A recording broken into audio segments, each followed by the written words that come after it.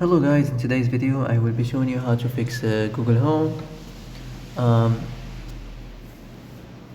how to fix Google Home not working problem. So the answer is easy, just go to the settings and then scroll down to the apps section and then go to the search and search Google Home and then go to the storage, and here you will find this clear cache option. Click on it.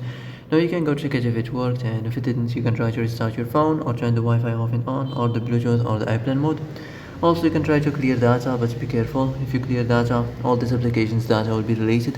This includes all files, the settings, the accounts, the databases, etc. So be careful if you want to clear your data.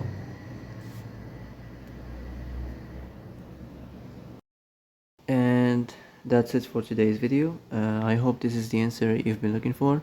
If you like this video, don't forget to like and subscribe, and see you in the next video. Thanks for watching.